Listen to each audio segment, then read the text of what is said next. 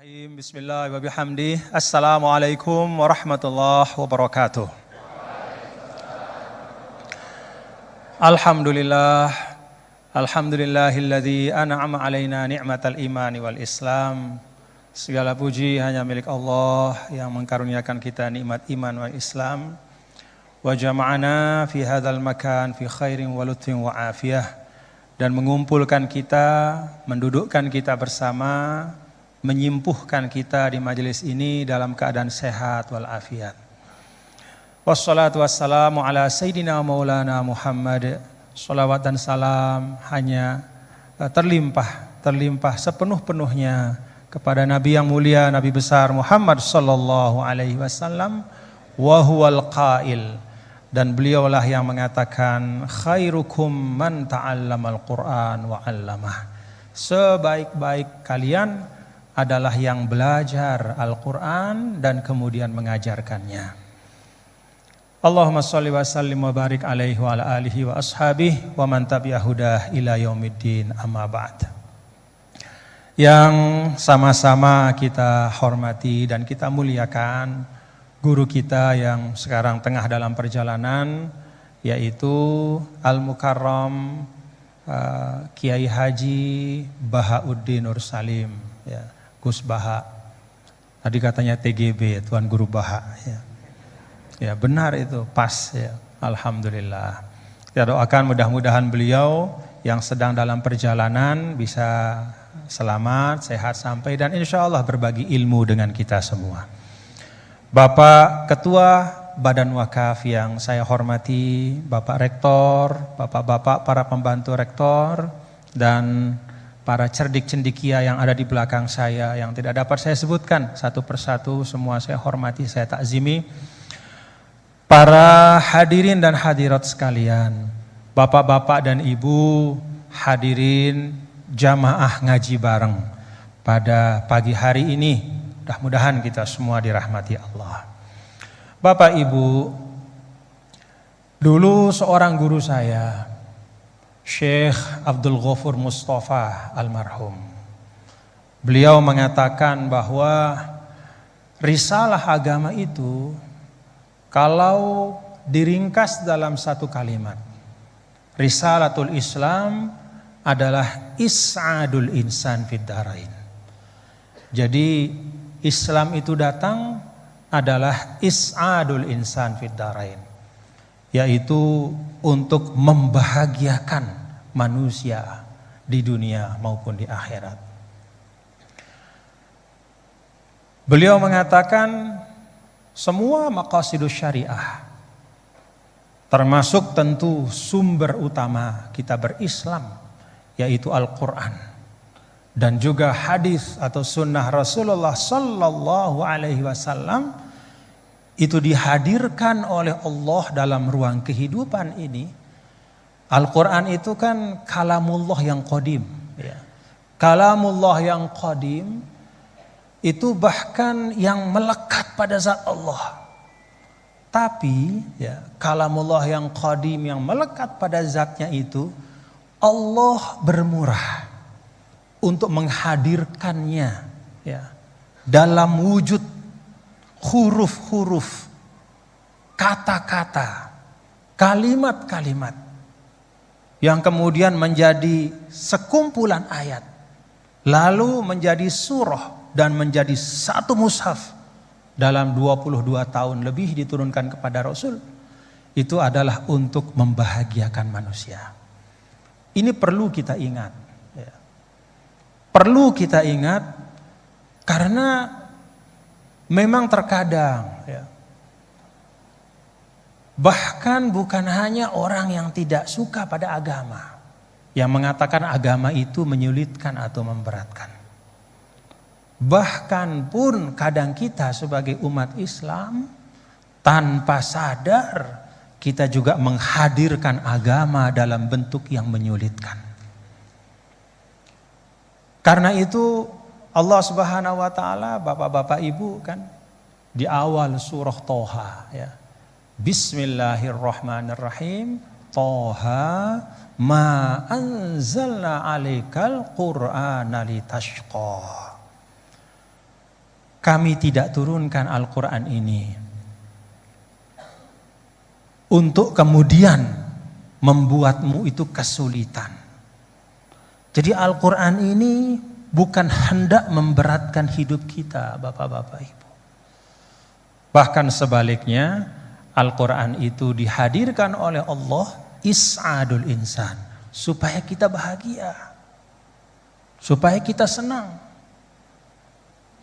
Maka kalau kita sebagai umat Islam hari ini atau kapanpun ya, merasa sumpek dengan keislaman kita, ya, merasa berat di dalam kita sebagai seorang muslim, maka itu sama sekali bukan salah agama. Itu sama sekali bukan salahnya Al-Quran. Tetapi itu adalah kekeliruan kita di dalam beragama. Ulama mengatakan ada beragama yang keliru yang namanya at-tadayyun al-ma'kus. Beragama tetapi terbalik-balik. Yang dipentingkan oleh agama itu ditinggalkan. Yang enggak terlalu penting justru yang dibahas habis-habisan. Bahkan yang memudaratkan, ya, yang sama sekali tidak disinggung oleh Al-Quran, itu justru yang dijadikan topik bahasan. Sampai bahkan memenuhi ruang publik. Sedangkan pesan-pesan yang penting dari Al-Quran itu justru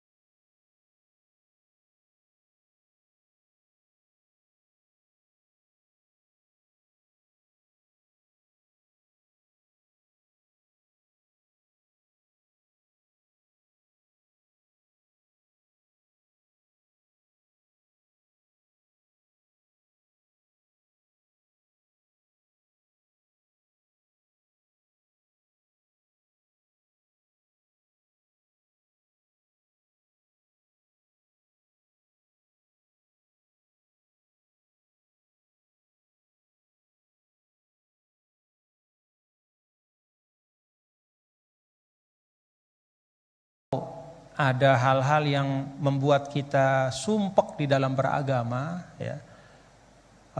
Kalau ketika kita mendekat kepada agama itu kok rasanya semakin berat gitu ya. Mungkin ya karena keberagamaan kita itu yang disebut oleh para ulama at-tadayyunul ma'kus. Jadi beragama cuman kebalik-balik gitu. Yang penting ditinggalkan, yang enggak penting yang dibahas habis-habisan. Nah, saya pikir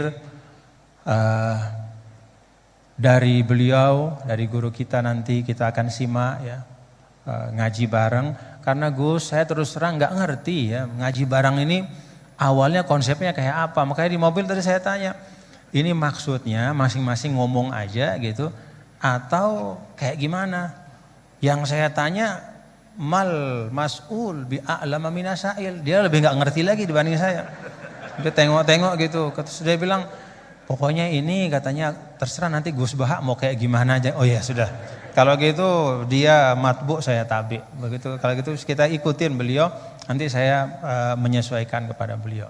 Jadi saya serahkan ya moderator langsung saja kepada Al-Mukarram Syekhna Kiai Haji Bahauddin Nur Salim untuk menyampaikan ma fatahallahu bihi, apa-apa yang Allah Ta'ala bukakan kepada beliau untuk kemanfaatan kita semua. Assalamualaikum warahmatullahi wabarakatuh.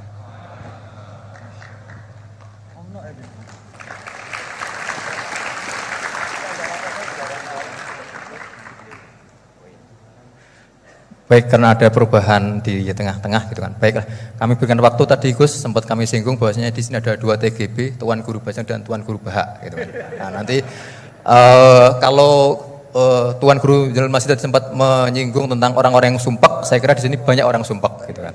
Karena Gus Bahak itu kadang agak unik, kalau ngaji beliau itu kadang ada hal-hal yang kita lupa akan urusan duniawi, lupa akan urusan kejombloan kita, lupa akan urusan istri-istri kita gitu kan. Nah, kadang orang-orang yang punya istri itu lari dari rumah mau ngaji bareng Gus Bahak. Dan istri yang pernah ikut ngaji Gus Bahak kadang akan memberikan izin langsung. Mau kemana Mas? Mau ngaji Gus Bahak, langsung izin keluar dari rumah. Ini seperti itu. Jadi karena tadi bahwa dengan ngaji Gus Bahak tadi bisa menghilangkan sumpek meskipun secara temporer, nanti keluar dari kahar sumpek lagi, nah, seperti itu. Baik, waktu tempat kami persilahkan kepada Gus Bahak untuk memulai kajian ngaji tafsir Al-Quran. Kalau tadi kalau dengan beliau pokoknya beliau terserah mau seperti apa, monggo. Assalamualaikum warahmatullahi wabarakatuh. Bismillahirrahmanirrahim. Alhamdulillahirabbil alamin. Allahumma shalli wa sallim barik ala sayyidina Maulana Muhammadin wa ala alihi washabihi ajmain.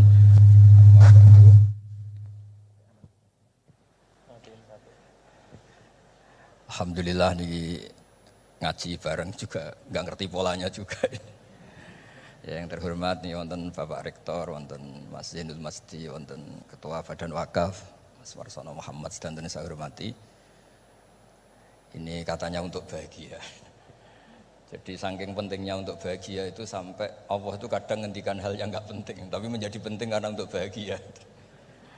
Jadi kalau Allah tanya Nabi Musa ketika ketemu dipanggil itu, wa ma tilka biyaminika ya Musa, yang kamu bawa itu apa? Padahal ketika dipanggil itu kagetnya bukan main. Misalnya pegawai UI dipanggil rektor itu kagetnya bukan main. Bawaannya rektor itu mesti nyalahkan. Mesti pikirannya orang itu mesti ketua badan wakaf ya sama. Mesti mau negur atau apalah. Nah, bawaan orang dipanggil atasan tuh grogi, maka Allah ngendikan yang rileks. Kamu bawa apa? Gitu. Yang kamu pegang tangan kanan kamu itu apa? Masa Allah tanya sekedar gitu kan karuan. Wong kita manusia aja tahu yang dibawa Musa itu apa tong? Kok Allah malah tanya? Banyak analis, banyak mufassir, banyak ahli hakikat yang berpendapat Allah itu menghilangkan groginya Nabi Musa, sehingga tanya yang ringan. Jadi saya mohon ini pimpinan di sini juga kalau tanya anak buah yang ringan-ringan, wes sarapan. Jadi kalau sok-sokan disiplin itu bukan sunnatullah, saya jamin itu. Apalagi tanya saya, kenapa Gus terlambat? Mulai saya pulang. Tuhan yang Tuhan saja sebaik itu kok rektor sama badan wakaf kok sekeras itu gitu. Jadi ini bukan gojlok supaya jadi orang yang dekat Allah gitu. Jadi ditanya, "Wa ma tilka biyaminika ya Musa?" Kamu bawa apa ke sini? Yang di tangan kanan kamu itu apa? Nabi Musa jawabnya ya lucu ya sederhana. Ini tongkat Gusti. Tak pakai menggembala kambing, tak pakai ini itu. Bisa masih bilang dan lain-lain. Kayak laporan keuangan tuh, kalau susah nerangkan itu dan lain. Terakhir ditutup waliya fiha ma'aribu ukhra, dan masih ada lagi yang lain di depan Allah. Kamu lapor audit di badan wakaf, diterima enggak laporan lain tadi? Ini teman saya lama ini. Saya di UI itu sudah lama, cuma inginnya dikenal Allah, tapi sekarang malah dikenal rektor. Aduh repot agak. Saya dulu dari anak Profesor Zaini itu mulai 2000, tahun 2000 dekat sekali dengan saya, sering ke rumah saya, ke kontrakan saya karena diskusi tafsir. Dan saya ikhlas sekali tidak ingin dikenal rektor, badan wakaf siapapun, karena keluarga saya itu, bapak saya itu wali. Jadi kalau wali itu kepinginnya dikenal Allah, tahu-tahu diturunkan derajatnya disuruh kenal rektor, kenal badan wakaf. Jadi ini ada pemakhlukan. Ya ada pemakhlukan, Turun dulu baru naik. ya. Jadi saya artinya gini, saya di sini itu sohibul bed. Jadi tadi Mas Majdi itu keliru kalau nanti saya ngisi, saya ini sohibul bed, nanti yang ngisi ini. Maksudnya seperti itu maksudnya. Jadi, karena tuan rumahnya saya Pak Warsono. Nah, ini tamu ya. Tapi ternyata pemakhlukan itu penting. Di dalam ilmu tafsir diantaranya itu dikenal namanya tanazzulatul maula. Allah itu menurunkan martabatnya. Allah sebagai Tuhan tentu tidak pernah menghutang kita, tidak pernah merasa dikasih, karena semuanya itu milik Allah. Tapi Allah untuk memotivasi orang amal itu ngendikan Allah, mangzalladzi yuqridu waha qardan hasana. Siapa yang mau menghutangi saya? Allah itu tentu tidak butuh hutang kita, karena kan semua milik kita itu milik Allah. Tapi supaya orang termotivasi amal, merasa superior, merasa heroik, saya mau menghutangi Allah, saya mau menolong Allah. Padahal Allah huwan nasir, Allah ni'mal maula wa ni'man nasir. Tapi Allah mengistilahkan dirinya intan suruwaha, jika kalian menolong Allah. Wahal yahtaju ilan nasri, tentu tidak, Allah tidak butuh pertolongan kita. Tapi itu tanazzulan. Allah yang Tuhan saja menurunkan derajatnya untuk komunikasi dengan manusia. Artinya kalau saya makomnya sudah fana kenal Allah, saya juga ikhlas turun derajat kenal rektor gitu. Jadi itu insya Allah tidak masalah. Gitu. Ben sampean pernah dengar ilmu hakikat memang gitu. Jadi saya ini memang sudah sering cerita ke Pak Fajar, Pak Sadeli, Pak Junaid. Saya ini sudah daftar ingin jadi resi lah. Saya sudah nggak pernah keluar-keluar. Saya di rumah ngaji. Tapi ngaji kalau ngaji terus ya. Saya belum pernah nggak ngaji. Satu hari minimal ngaji 4 kali. Ngaji fikih yang saya sering itu fikih karena mbah bahasa memang ahli usul fikih. Dulu pertama Profesor Zaini melibatkan saya ini cerita ke Mas Majdi itu gara-gara beliau itu profesornya itu sastra, adab, di Al-Azhar itu adab. Iya, Zaini. Orang tua dari rektor. Iya. Nah, karena jurusannya adab, beliau memang pakarnya kalau menghaluskan bahasa. Tapi masalahnya di Quran kan banyak fikih juga, dan beliau cari ahli fikih. Singkat cerita, entah gimana ceritanya Allah yang mempertemukan ketemu saya. Nah, kenapa kita butuh fikih, tidak sekedar kesusastraan atau ilmu adab? Karena ada tafsir atau fikih dalam Quran yang mau tidak mau harus difikihkan. Misalnya begini, wa antasma'u bainal ukhtain, kamu tidak boleh menikahi sekaligus mbak dan adiknya atau adiknya dan mbaknya. Jika Anda berpikir Quran itu hanya Quran, maka berarti apa boleh menikahi misalnya Sri dengan buliknya, Sri dengan budenya, padahal tidak boleh juga. Tapi faktanya Quran hanya ngendikan wa antasma'u bainal ukhtain. Sebab itu zaman Rasulullah SAW sugeng itu nambahi wala binal mar'ati wa ammatiha wala binal mar'ati wa kholatiha, juga tidak boleh menikahi Sri dan budenya atau Sri dan buliknya. Dan kebetulan Nabi itu tidak menambahkan wala binal mar'ati wa jaddatiha, karena kayaknya itu nggak usah dilarang, ya sudah lucu aja gitu. Masa kamu nikahi perempuan umur 17 terus minat mbahnya umur 70. Lah itu kalau sampai butuh dilarang ya Anda perlu berobat itu. Tapi kalau bule kan kadang masih menarik. Orang-orang kayak gini itu misalnya nikah umur 17, bulenya cantik umur 30, minat enggak? Jadi artinya butuh dilarang untuk enggak minat itu butuh dilarang gitu. Tapi kalau mbah ngono kok ditakok. Nah, ngono kok ditakok. Ini pakarnya. Ini tetangga saya orang Bojonegoro, dulu benderanya Profesor Zeni juga. Artinya andekan tidak ada usul fikih ini mimbabi itlaqil ba'di wa iradatil qaul. Meskipun usul fikih itu yang menginduk ilmu balaghah, ilmu ini itu. Jadi Allah menyebut benal ukhtain artinya diganti benal mahromain. Jadi ukhtain itu ibaratun atau itlaqul ba'di, yaitu ukhtain mewakili kata mahromain. Dua perempuan yang punya hubungan mahram tidak boleh dinikah bersamaan untuk orang-orang yang poligami. Ini penting supaya semua tafsir juga gitu, lafat-lafat yang ada mahdzufnya itu kita jaga, baik itu secara keilmuan maupun secara fikih. Keilmuan misalnya begini, orang yang dilaknati Allah, mala'anahu wa ghadiba alaihi, di antaranya diteruskan wa ja'ala minhumul qiradata wal khanazira wa abadat tauhid. Lalu misalnya secara penelitian tidak pernah ada makhluk manusia yang dulu jadi kera. Tapi melihat ayat itu seakan-akan itu pernah ada periode atau kejadian di mana manusia itu dirubah jadi kera. Wa ja'ala minhumul qiradata. Mau tidak mau kita butuh perangkat ilmu lain yang namanya balaghah. Itu orang Jawa, itu kalau dilangkai kakinya itu hanya bilang kayak kera. Orang nggak sopan tuh katanya kayak kera. Tapi kalau dilangkai kepalanya langsung oh dasar ketek itu, dasar kera itu.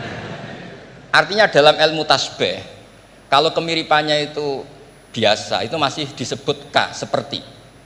Tapi kalau mirip banget perilakunya itu kafnya dibuang. Sehingga orang yang tuli banget terhadap kebenaran Allah bilang summum bukmun umyun. Orang kafir itu summun, tuli misalnya. Bukmun ada bisu. Padahal faktanya mereka bisa mendengar, bisa ngomong, bisa bicara. Tapi saking tidak pernahnya mau mendengar kebenaran, di redaksinya sumun, bukan kasumi tapi sumun. Begitu juga di bab madh memuji. Kalau orang agak ganteng, mungkin saya kalau muji Mas Masdi hanya kalkomar, muji Pak Rektor paling ya kalkomar. Tapi kalau muji Nabi langsung komarun, anta samsun, anta bedrun, karena gantengnya kelewat, sehingga kaf tasbih seperti itu dibuang. Nah, andekan tidak ada fakta manusia itu pernah dirubah jadi kera di era itu, andekan itu nggak ada, kita sendiri juga nggak tahu. Kita masih bisa menganalisis dengan teori balaghah tadi. Wa ja'ala minhumul qiradata kal qiradah. Mereka atau mislal qirodah, mereka dijadikan Allah laksana kera, tidak berakhlak, tidak beretika, tidak bermoral. Ini pentingnya ilmu balaghah, sehingga kita tidak perlu mengharuskan orang berkeyakinan dulu itu pernah ada orang manusia dirubah jadi apa? Kera. Nah misalnya ada yang berkeyakinan atau berpendapat memang itu pernah nyata, itu ngendikannya Rasulullah kemudian itu dihilangkan, hanya hidup 3 hari kemudian hilang sehingga nggak punya turunan. Jadi pilihan-pilihan dalam tafsir itu satu tentu riwayat, dua itu analisis balaghah. Nah, analisis fikih itu tidak kalah penting karena konstruksi Quran itu ada fikih yang sudah mapan. Seorang lagi ada fikih yang sudah mapan. Ketika Nabi Lut itu menyesali kaumnya itu lesbi dan gay, kelainan seksual. Itu Nabi Lut ngendikan haula ibanati hunna adharulakum. Kalau kamu ingin menyalurkan kebutuhan biologis Anda, ini ada anak-anak putri kami, hunna adharulakum. Itu lebih suci bagi kalian. Tentu fikih itu sudah mapan, maknanya dinikahi dulu dengan proses nikah yang sah. Nah, barokahnya fikih yang mapan ini Allah tidak cerita tafasilul umur, tidak cerita detail-detailnya. Sehingga salah sekali kalau kita sering bilang kita hanya kembali ke Quran. Itu tidak bisa karena Quran juga tidak berdiri sendiri dengan makna yang sebenarnya, karena turun itu ada asbabun nuzul. Ini yang terakhir supaya ngasih pekerjaan kan jauh-jauh dari NTB. Ya kan bisa dimanfaatkan secara baik dan benar. Saya ini Sohibul Bait. Nah, enggak, ini bukan guyon tapi memang betul harus begitu memang. Mau tidak mau. Sumpah misalnya. Orang itu kalau ditagih hutang atau ditegur itu masih ya besok saya bayar. Ditagih lagi kayak gak percaya, wawahi besok saya bayar. Jadi kata wawahi itu mesti menunjukkan emosi, tersinggung, sumpah. Sehingga suatu saat ada seorang khotib ini ngendikan, fawarobbis sama iwal ardi innahu lahakum mislama annakum tantikun. Demi Tuhannya langit dan bumi. Itu si Bedui, ada orang Arabi, orang desa. Langsung menyelasi Pak Khotib tadi. Pak Khotib, mangdalladzi akhdhafal jalil hatta alja'ahu ilal yamin. Siapa yang bikin murka Allah sehingga Allah terpaksa sumpah. Semenjak itu jadi ilmu, kalau Allah memulai redaksi dengan sumpah, dengan qasam, pasti Allah tersinggung. Jika lafat-lafat yang dimulai wan naziati gharqa atau dimulai wasamsi wa duhaha, mesti terusannya itu Allah agak marah. Karena di mana-mana orang sumpah itu menjelaskan sama yang agak tidak percaya. Itu dzauqul arabi, itu ad-dzauqus salim. Nah, begitu seterusnya. Kemudian masalah wasfiyah ismiyah. Saya dulu sering debat sama Profesor Zaini. Kan misalnya kiai-kiai di Jawa umumnya kalau maknani min alakin itu segumpal darah. Lalu orang-orang yang nekuni embriologi itu tidak pernah ada segumpal darah, kalau segumpal darah malah jadi kluron, macam-macam. Katanya Quran itu mesti benar, ini ada segumpal darah. Kata saya segumpal darah itu bahasa Indonesia, Quran itu bahasa Arab, tidak akan ada itu di Quran, kata saya. Tapi ada yang bilang segumpal darah, ya tetap aja itu enggak Quran. Yang Qurannya min alakin, segumpal darah itu bahasa Indonesia, Quran tidak ada yang bahasa Indonesia, kata saya. Nah, tapi itu bisa dianalisis pakai balaghah atau pakai teori madatul kalimah. Min alakin itu dari kata aliko ya'liko alakon, sesuatu yang menempel. Jadi kalau di proses embriologi, misalnya ada apa yang menempel dalam ilmu itu, yaitu yang jadi rahim, jadi anak. Atau pakai ilmu balaghah, min alakin tetap maknanya segumpal darah, tapi maknanya itu tangkis atau tahkir. Manusia itu sombong. Padahal materinya sama yang sekarang jadi sama dengan materi yang sekarang jadi segumpal darah, yaitu kita yang seperti ini materinya ya sperma, segumpal darah yang seperti itu juga materinya sperma. Kok kamu sombong? Materi kamu sama dengan materi min alakin. Itu persis dengan adatul Arab kalau sedang mencibir orang yang sombong. Itu kalau orang Arab bilang antal ladzi kharasta min makhrajil bauli marratan, kata orang Arab. Kamu adalah manusia yang keluar dari jalannya kencing 2 kali. Keluar dari penis lelaki ya lewat jalur kencing, keluar dari ibunya juga lewat jalur kencing. Supaya orang nggak sombong itu orang Arab bilang antal ladzi kharasta min makhrajil bauli marratan. Nah, min alakin itu dalam konteks itu karena begitu angkuhnya Abu Jahal, begitu angkuhnya kafir-kafir Quraisy, sampai diingatkan Allah ulang, kamu ini materinya min alakin, sejenis itu mbok yo jangan yatuho. Buktinya terusannya ayat kalla innal insana lihat kok manusia itu sungguh angkuh. Ya niki pun deal ya, jenengan harus sepakat. Saya ini sohibul bait sama Pak Warsono sama Pak Rektor. Ini tamu yang diundang untuk ceramah tafsir. Kalau ndak berarti asawaha wa rasulah. Nggih, monggo Mas di sini. Terima kasih Gus. Jadi nanti kita balikin lagi ke Gus Baha ya. Tapi Gus, jadi begini. Tadi beliau menyampaikan kan beliau ini min sulalatil aulia ya. Jadi kakek beliau itu adalah para aulia. Jadi aulia itu muhimmahnya itu adalah dikenal Allah gitu ya. Nah, kemudian beliau bilang bahwa tapi takdirnya sekarang masuk UI ini pengen dikenal Allah malah justru turun jadi dikenal rektor katanya. Tapi Gus itu menurut saya ya, jadi kalau kita bertarekatnya, nah kan sering ya ketika misalnya kita bicara tentang tarekat ya. Tarekat itu dimaknakan taroki, ya taroki artinya naik gitu, jalan naik gitu ya. Akhir zaman nih, Gus Baha ya dan bapak-bapak ibu, mungkin kita perlu juga bertarekat dalam makna tadani, ya turun. Jadi tarekat bukan hanya jalan naik, tapi juga jalan turun. Karena bagi orang di akhir zaman ini, kalau hanya tahu jalan naik dan tidak tahu jalan turun itu repot. Ya. Apalagi Pak Rektor dengan kepala badan wakaf ya, atau para pejabat gitu ya, tahu jalan naik saja tapi nggak tahu jalan turun gitu ya. Jadi kalau belajar tarekat hanya ingin jalan naik gitu tapi nggak pernah belajar jalan turun, itu biasanya dekat-dekat turun tuh galau ya. Ya, jadi galau bingung gitu gimana cara turunnya gitu ya. Dan memang dulu saya pernah naik Gunung Rinjani juga ya Gus ya, waktu masih muallimin dulu, masih sanawiyah aliyah. Itu saya rasakan betul gitu bahwa naik gunung itu menantang ya, sangat menantang ya. Bahkan Gunung Rinjani itu ada masa di mana di tengah-tengah itu ada namanya Bukit Penyesalan gitu. Kenapa Bukit Penyesalan? Ya udah nyesel di situ gitu. Mau balik udah jauh, mau terusin juga masih jauh sekali gitu di depannya. Itu Bukit Penyesalan, baina-baina. Tapi ternyata turunnya itu jauh lebih berat. Jadi kalau kita naik itu kan mengandalkan kekuatan otot ya, keluarkan energi untuk menggerakkan. Kalau turun itu kita menggunakan energi untuk menahan dan itu jauh lebih berat. Ya, jadi menahan pada saat turun itu itu jauh lebih berat daripada ketika menanjak ya. Dan ya pada waktu itu ya saya kena musibahnya pada saat turun gitu ya. Jadi artinya memang bahwa dalam kehidupan ini kita belajar naik dan juga belajar turun. Jadi tarakat itu taroki wa tadanni gitu ya. Dan kalau sudah turun ada masanya juga naik. Jadi Gus Baha tadi kenal rektor, nanti kenal kepada Allah lagi, balik lagi kepada niat semula insyaallah. Nah, saya ingin sampaikan nih, beliau tadi sedikit sekali ya, dalam waktu yang sangat singkat, tapi itu menyampaikan hal-hal yang sangat penting ya. Saya nggak tahu nih, dipahami nggak apa yang beliau sampaikan tadi nih? Dipahami nggak? Mulai balaghah, kemudian madah. Ngerti nggak madah itu? Madah itu apa? Madah itu pujian-pujian ya. Bagaimana turuku ta'bir ya, asalibut ta'bir ya, bagaimana orang Arab itu mengungkapkan ya perasaan mereka, mengungkapkan harapan mereka ya, bagaimana mereka memilih diksi-diksi dalam komunikasi mereka, itu mewarnai Al-Qur'an. Jadi beliau ini tadi ketawa-ketawa ya, bapak-bapak juga ketawa-ketawa semua ya.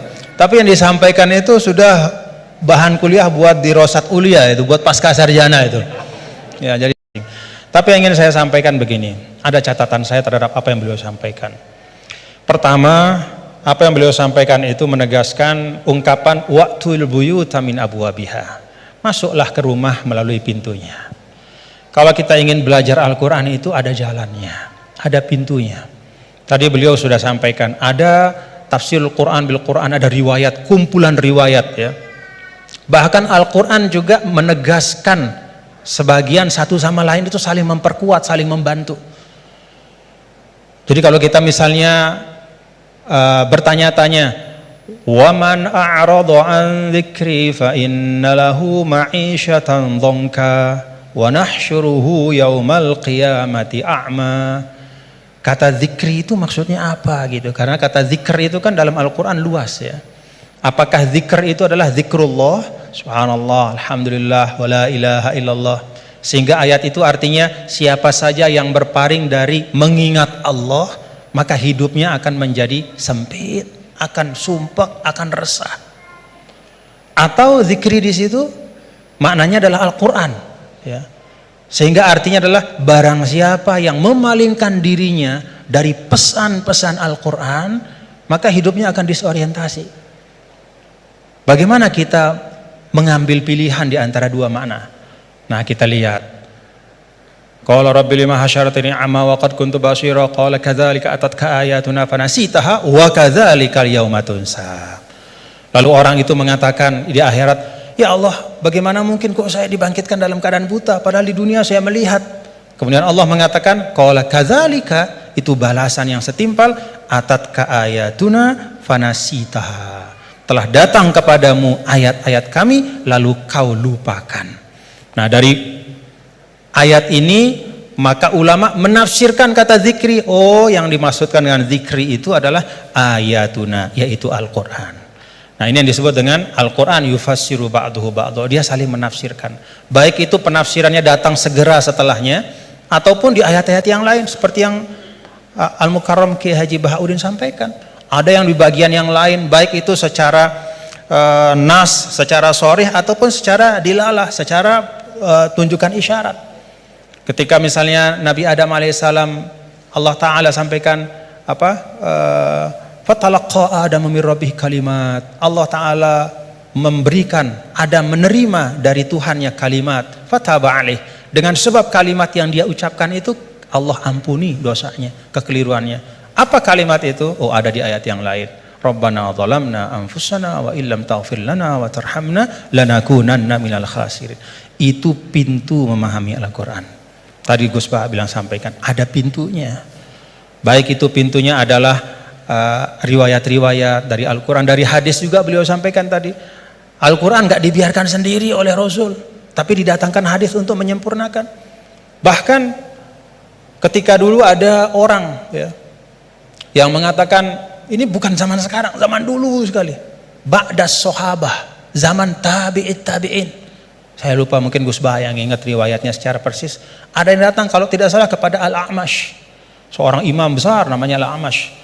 Lalu orang itu mengatakan, Ya Imam, kenapa kita capek-capek Anda ajak kami untuk baca hadis? Kenapa Anda ajak kami untuk mendiskusikan hadis panjang-panjang? Bukankah sudah ada Al-Quran di tengah-tengah kita? Ngapain lagi? Apa kata Amash? Ya ahmaq. Pak, atajidu, apakah kamu temukan dalam Al-Quran itu ada sholat 5 waktu secara terperinci? Gak ada. Nabilah yang menegakkan amanah untuk menjelaskan sholat 5 waktu itu kayak apa, banyak rakaatnya seperti apa, waktunya gimana, kaifiyatnya seperti apa. Bahkan sebelum sholatnya pun Nabi ajarkan isbagul wudunya kayak apa. Bahkan tidak hanya yang wajib-wajib dalam wudu, madmadoh istinsyaknya pun, kumur-kumurnya masukin air ke hidung, semua diajarkan sama Nabi. Maka Amash mengatakan dari sisi ini Al-Quran lebih butuh kepada hadis daripada hadis kepada Al-Quran. Dari sisi bahwa hadis itu menguraikan, menjelaskan dan menyempurnakan, menambahkan, melengkapi bahkan yang tidak ada di Al-Quran. Nah itu pintu memahami Al-Quran. Karena itu tidak boleh dan tidak ada istilahnya namanya ahlul Quran dalam makna bahwa hanya mau Quran saja, nggak mau tahu apa kata hadis. Itu nggak ada istilah dalam Islam. Ilmu yang muktabar selalu Al-Quran bersama dengan hadis Rasulullah SAW. Lalu yang kedua pintunya apa? Ya asbabun nuzul. Tadi juga disinggung selintas oleh guru kita bahwa ada sebab-sebab dari turunnya Al-Quran, ayat-ayat Al-Quran. Yang kalau sebab ini nggak difahami, bisa saja ya dalam beberapa kasus orang salah faham. Dan itu kejadiannya bahkan sekali lagi bukan hari ini, bukan kemarin, tapi dulu pada masa orang-orangnya itu masih berhimpitan, berdempetan dengan Rasulullah SAW.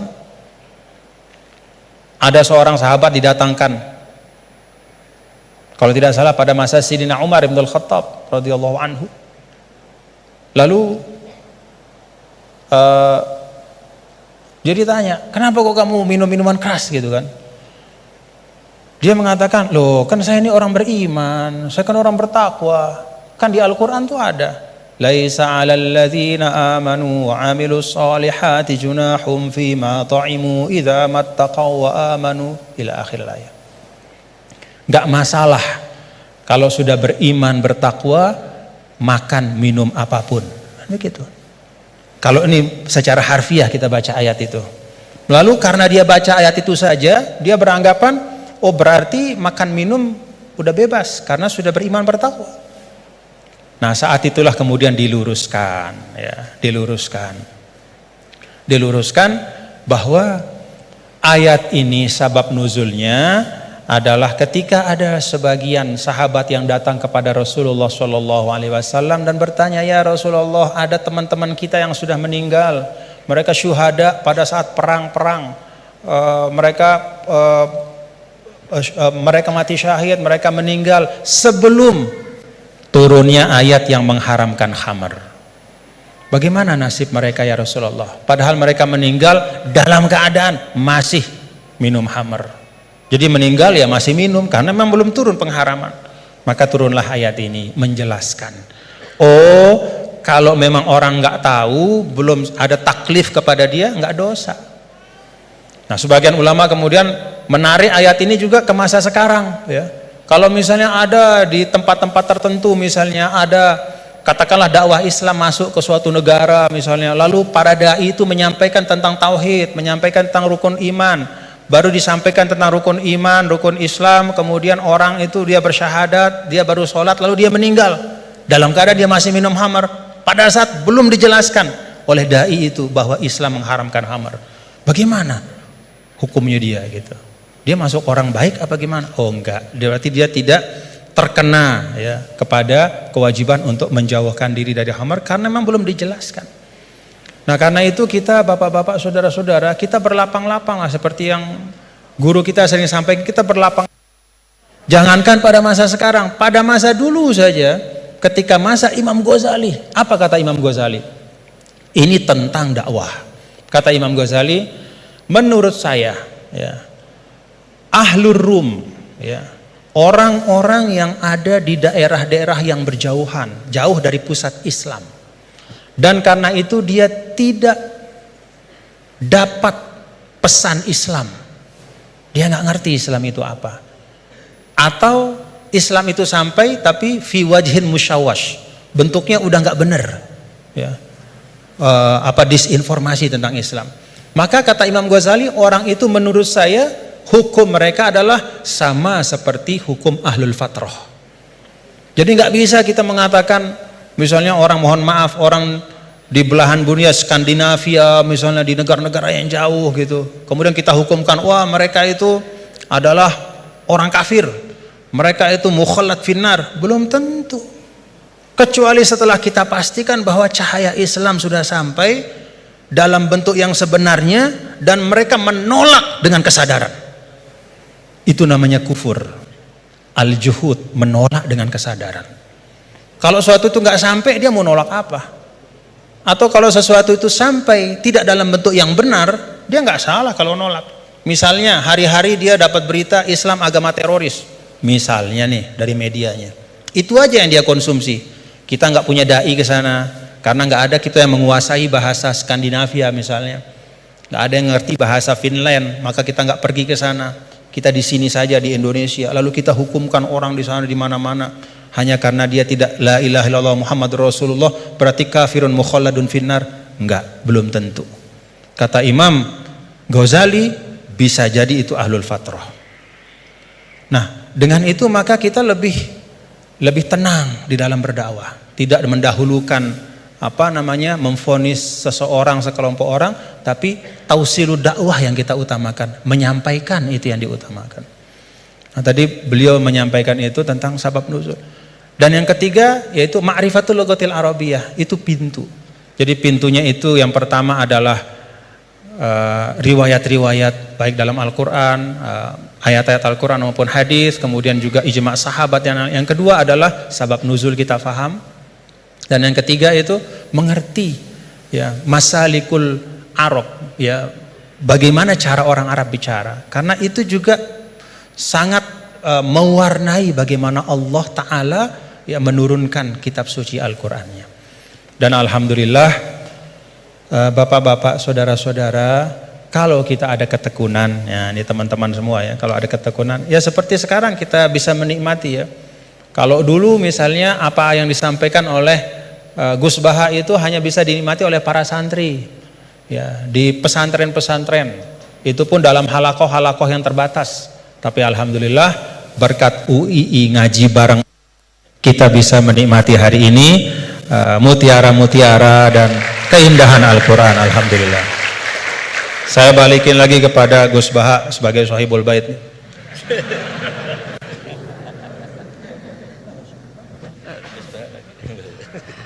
Bismillahirrahmanirrahim. Meneruskan konstruksi ayat ya. Misalnya begini, Anda jangan langsung menyalahkan Nabi Adam. Saya ini sering kampanye untuk membela Nabi Adam.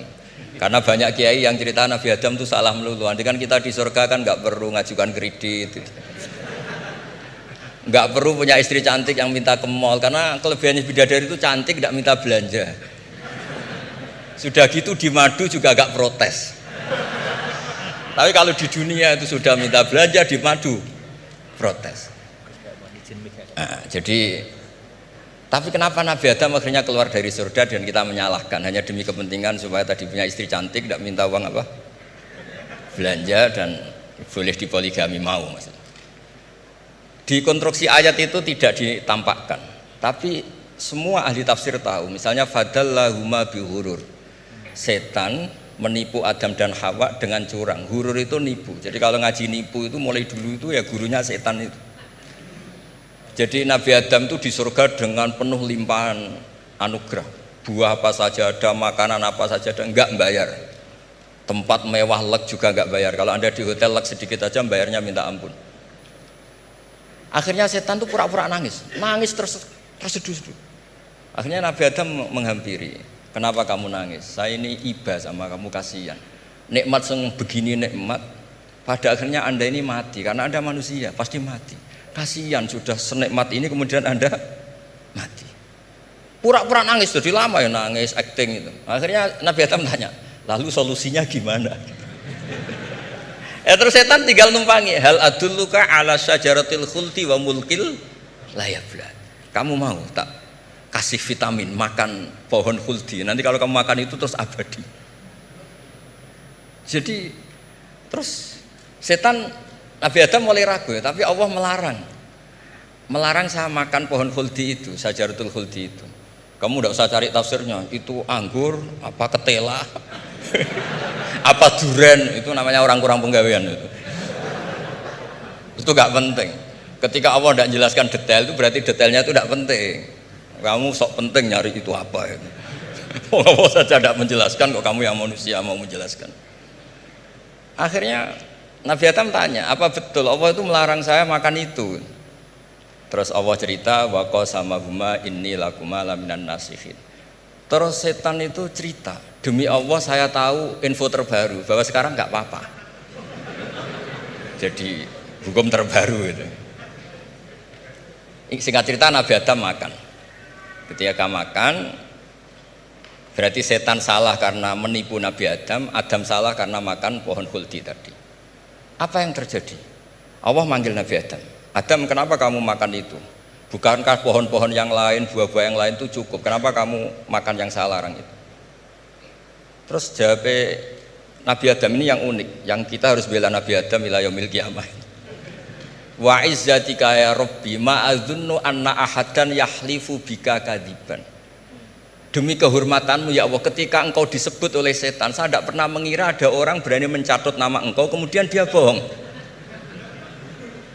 Loh, ini contohnya Pak Fajar ini sama temannya yang paling sering bohong itu dia nggak percaya, tapi meskipun sering bohong kalau dipanggil Pak Rektor ngecek ulang apa enggak, kalau kalimatnya dipanggil Pak Rektor pasti nggak ngecek ulang, meskipun teman yang sering bohong pasti langsung nyari Pak Rektor. Saya misalnya sebagai murid Mbah Maimun punya teman yang sering bohong sekalipun terus bilang Gus dipanggil Mbah Maimun, pastilah langsung ke sana karena disebut nama itu orang sudah tidak berpikir jelimet. Ketika engkau disebut ya Allah, saya tidak pernah ngira ada orang mencatat nama engkau kemudian dia bohong. Sehingga Allah itu haru sama Nabi Adam. Makanya Nabi Adam itu diusir.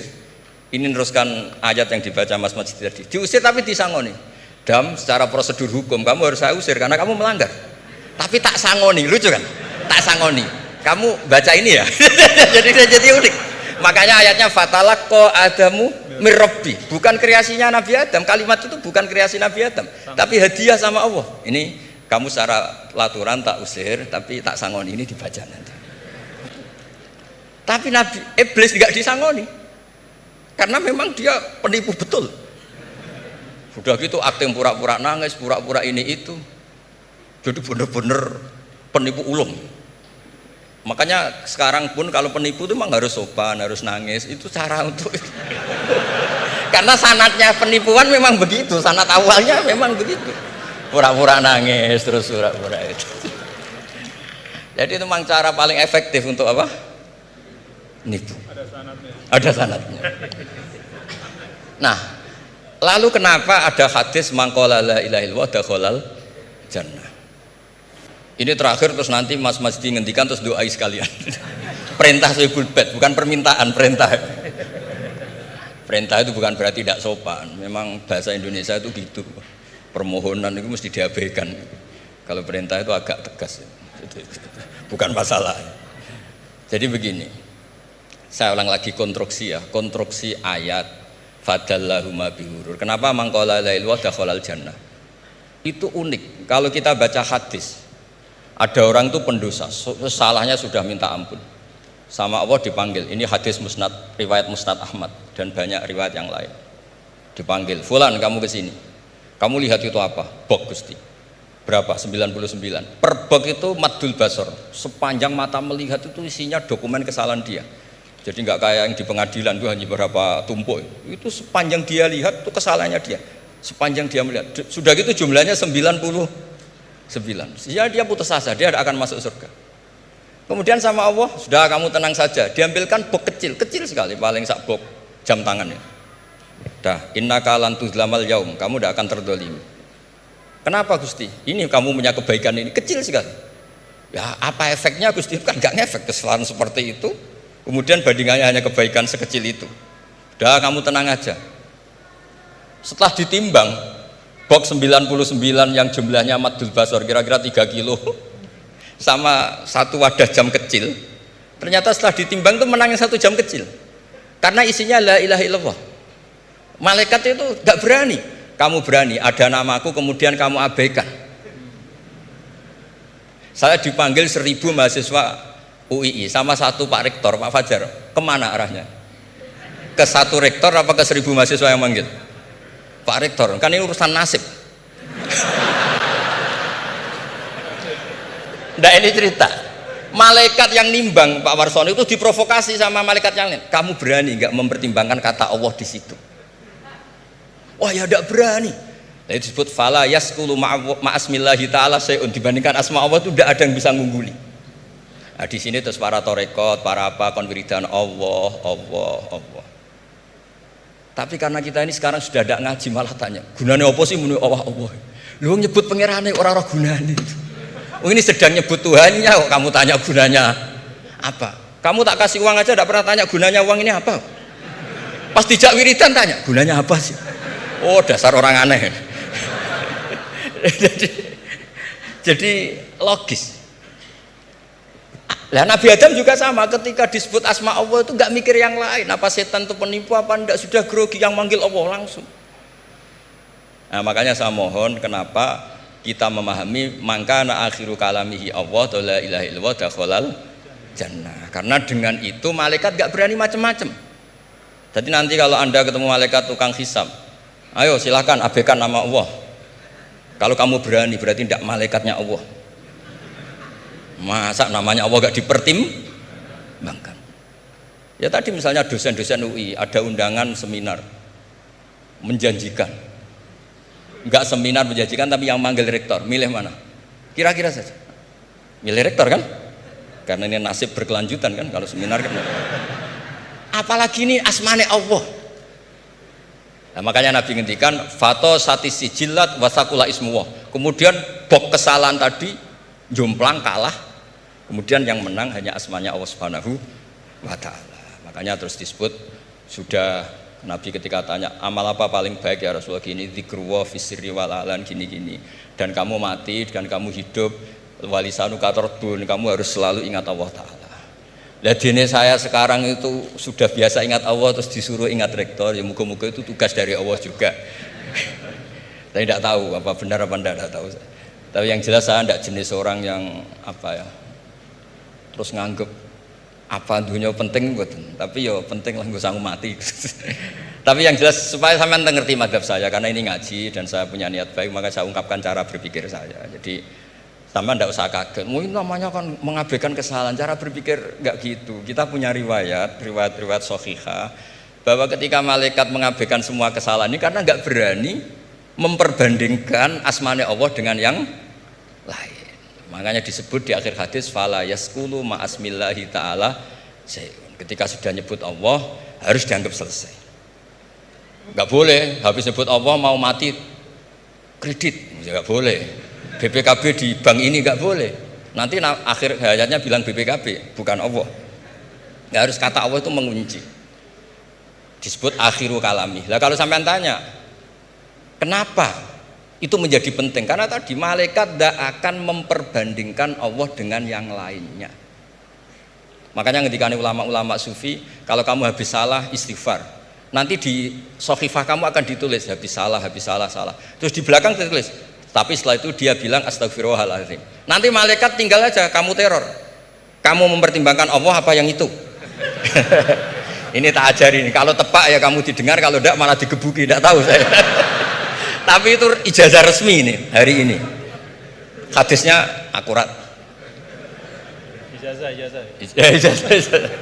Nggih ngoten mawon kok nek kesuwen kepinteran nyaingi kula. Assalamualaikum warahmatullahi wabarakatuh.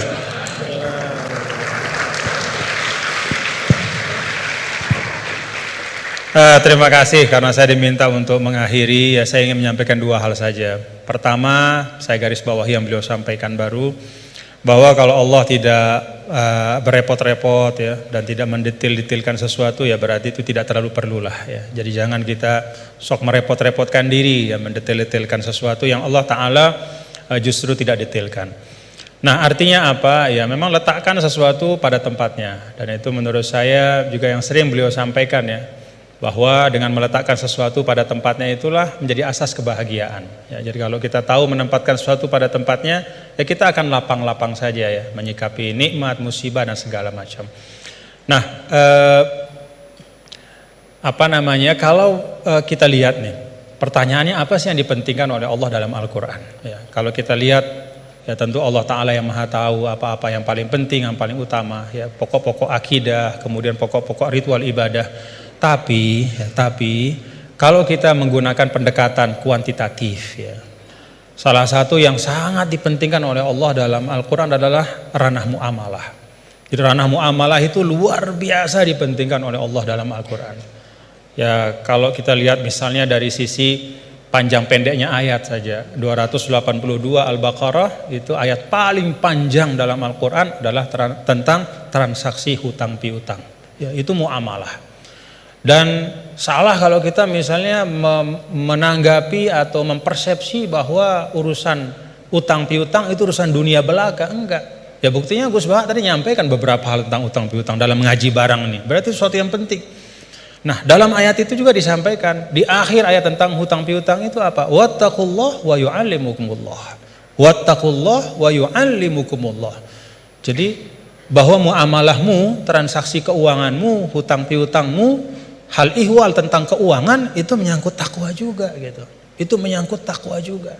Itu bagian dari ekspresi bertakwa kita. Hutang yang benar, menulis dengan baik, membayarnya juga dengan baik, berhutangnya pun kalau memang betul-betul butuh dan seterusnya. Dan banyak lagi di dalam Al-Quran ayat tentang muamalah.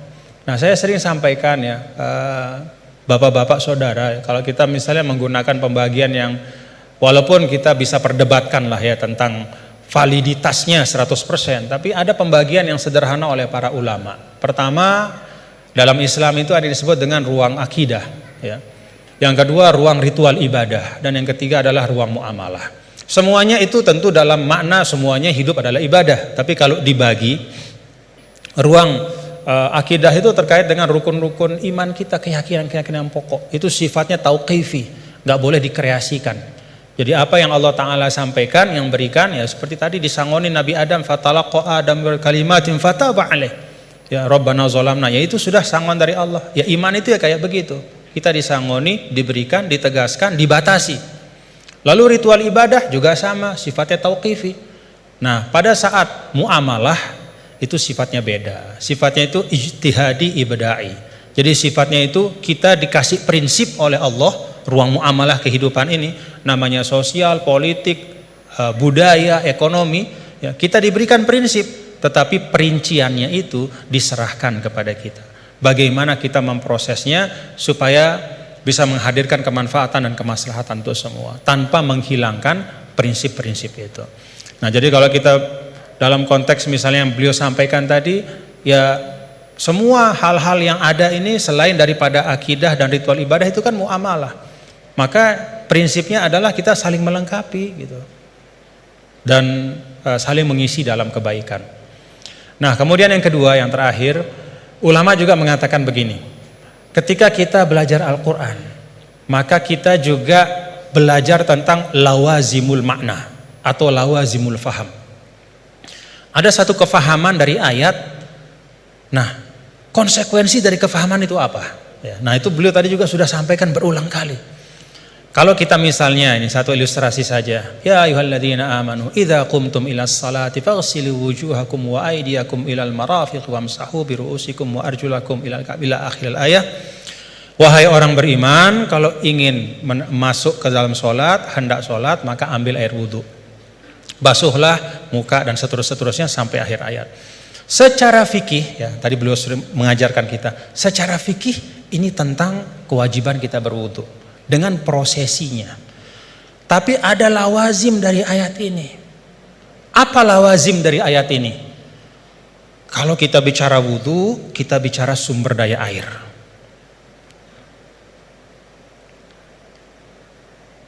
Kita bicara tentang wudu, kita bicara tentang ekosistem kehidupan. Gak ada wudu tanpa air. Kalau wudu tanpa air tayamum namanya. Gak ada wudu tanpa air. Maka Apa arti lawazim dari ayat ini?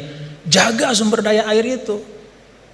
Kalau dalam konteks misalnya pasal 33 Undang-Undang Dasar 1945, apa kata sumber daya alam dan semua yang menyangkut hajat hidup orang banyak dikuasai oleh negara, itu juga bagian dari lawazim makna ayat ini. Dalam arti apa? Negara, kita semua secara kolektif, ayo kita jaga sumber daya air, tidak boleh dimiliki hanya oleh sekelompok kecil saja sehingga orang kesulitan untuk memanfaatkannya. Dan pada ujungnya jangan-jangan nanti bisa orang kesulitan untuk menegakkan sholat karena nggak bisa wudhu, karena sumber daya air itu dikooptasi oleh kelompok tertentu misalnya. Itu lawazimul ayat. Ketika Allah Ta'ala misalnya, ya ayyuhalladzina amanu idza nudiya lis-salati min yaumil jumu'ati fas'au ila dzikrillah wa dzarul bai'. Wahai orang-orang beriman, kalau udah waktunya Jumatan itu maka segera datang ke masjid, tinggalkan perdagangan. Apa lawazim dari ayat ini?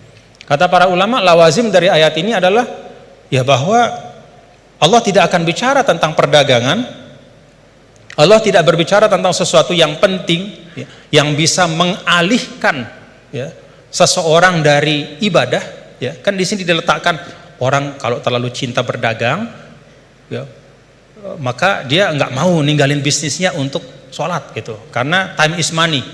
Bagi dia 5 menit ketika sholat itu kalau udah transaksi entah berapa duit misalnya gitu.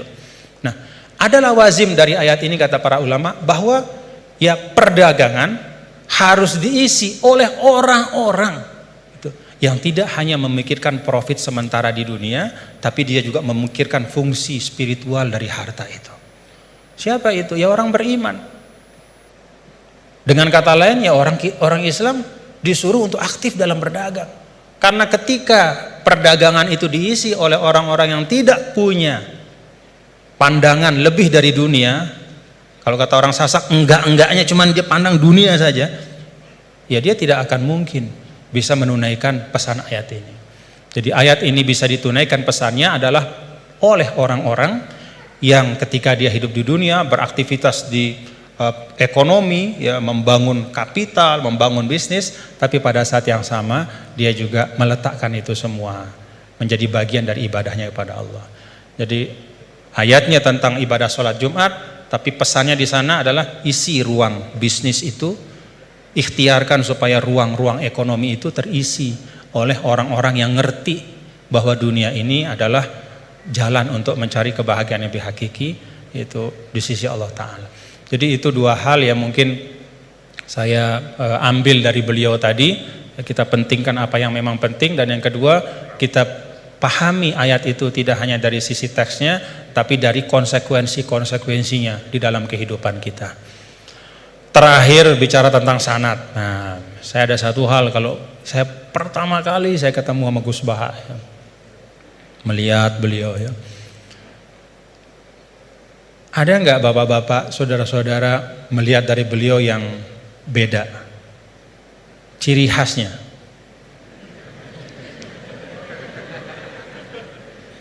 Ciri khasnya beliau itu gini. Tapi hari ini ikroman li rektor, jadi rambut nggak kelihatan beliau. Nah, karena beliau ini adalah keturunan dari aulia, dari Lasem ya, dan salah seorang dari Masyayikh di Lasem itu adalah sahabat dari kakek kami dulu, Mbah Maksum Lasem. Ya, beliau bersahabat dengan Nini Ida Maulana Syekh Tuan Guru Kiai Haji Muhammad Zainuddin Abdul Majid. Itu biasanya perilaku Lasem itu ada sanatnya gitu ya. Jadi saya lagi mikir-mikir ini naruh topi begini tuh ada sanatnya nggak beliau? Nah, kita mau tahu dari beliau ya. Ala kulli hal, bapak-bapak saudara, terima kasih Gus atas ilmu-ilmunya dan silaturahim kita pada pagi hari ini. Mudah-mudahan bisa terus bersilaturahim dalam kebaikan, dan kita doakan beliau selalu disehatkan, diafiatkan oleh Allah Subhanahu wa taala. Ya, cara gampang buat kita mendoakan diri kita itu doain orang lain ya. Itu resep yang paling gampang. Jadi kalau kita doain diri kita ini kan belum tentu terkabul. Tapi kalau kita doakan orang, malaikat yang mengaminkan doa kita dan mengatakan untukmu seperti yang kau doakan. Jadi kalau resep supaya dapat sesuatu, doakan orang lain dengan sesuatu itu. Kita doakan mudah-mudahan Gus Baha sehat walafiat, dan kita semua diberkahi Allah Ta'ala. Wallahul muwaffiq wal hadi ila sabilir rasyad wa huwal muwaffiq ila aqwamit thariq. Lunas maaf apabila banyak khilafan, kekeliruan. Assalamualaikum warahmatullahi wabarakatuh.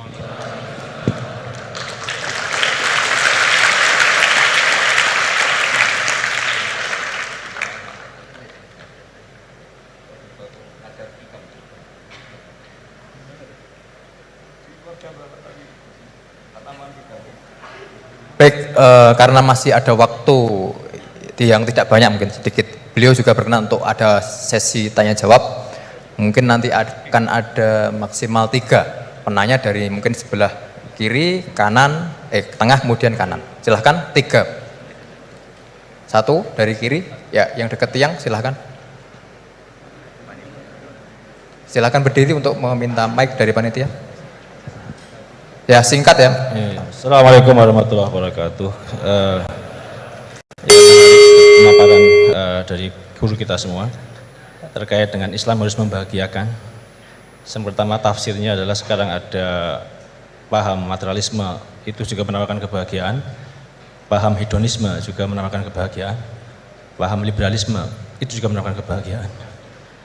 Jadi Islam bahagianya itu mungkin kita bisa menilai diri kita masing-masing.